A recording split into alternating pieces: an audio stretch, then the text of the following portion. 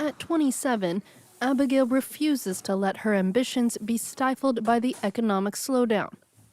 Like a record number of New Zealanders, she has chosen to immigrate, driven out by wages that can't keep up with the cost of living.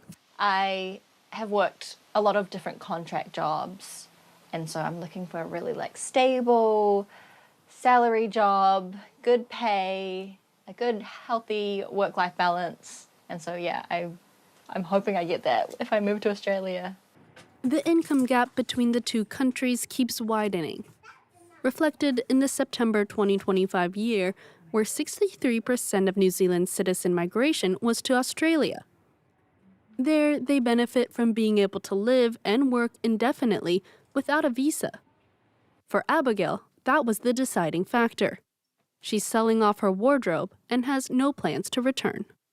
I'm decluttering my clothes because I have too many clothes and I know I can only probably take 2 suitcases over there. So that's why I'm starting a little bit early to do a sell pile and what I'm going to keep so I can start preparing so it'll be easier. I think our generation now are very much wanting to have a good quality of life. Young people aged 20 to 39 account for more than half of all departures, figures that are cause for concern, according to Robert McCulloch, professor of economics at the University of Auckland. He believes the political climate since the pandemic bears much of the responsibility. It's the strictness of Ardern's policies. She famously said, we're all part of the team of 5 million, but then people more and more felt they were getting poorer. And then Luxon, our current Prime Minister, was elected more on the idea we want the economy to get going. We're tired of all those pandemic policies. So he came in on that mandate. The only problem is he hasn't really got the economy going and it's still not doing well. So now he's become quite unpopular. People are not seeing a new way of addressing the country's problems. And symbolically, Ardern has moved to Australia. So that's a big, an incredible symbolic, feature of the country.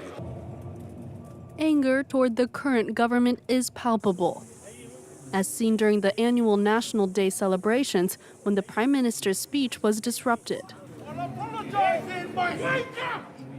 In response to the criticism, the PM attempts to reassure his fellow citizens. And so as I've talked before, we've got on top of the spending, we've got inflation down, we've got interest rates down, we've got the economy now growing, and the last thing that gets sorted is unemployment. There's more work for us to do, and of course we want to see lower unemployment. While waiting for government solutions, student organizations are mobilizing to help young people envision a future in New Zealand. Nimish Malansi, president of the Auckland University Students Association, wants to remain optimistic. I can speak from personal experience. My brother moved to Australia, my parents moved to Australia. I'm currently the only one in my family that's here. That's simply a fact, right? They went in search for work, they've found work that better suits them, but that's not the reality for everyone. As you'll see at the expo that we're about to go to, one of the avenues that has been proposed is through entrepreneurship, innovation, getting students to try out more things themselves, potentially create jobs when they're unable to find them. We follow Nimish to a student expo where he intends to put his words into practice. Yet he runs up against the prevailing skepticism. At the neighboring stand, Risha admits she's not guaranteed a job. I think one of the biggest help for us with finding jobs is that we help with networking, and we also, in return, get the chance to network with a lot of different people and a lot of different companies. So that might help, but I wouldn't say that it specifically helps you get a job.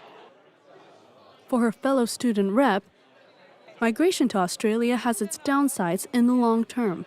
A lot of idea is that they make money in Australia and then come back to the country. But if we don't invest in our country, it's hard for more opportunities to make money for students and jobs. For one of the most isolated countries in the world, retaining its young talent has become a matter of economic survival. And as New Zealand heads into elections later this year, the brain drain looks set to take center stage in the national debate.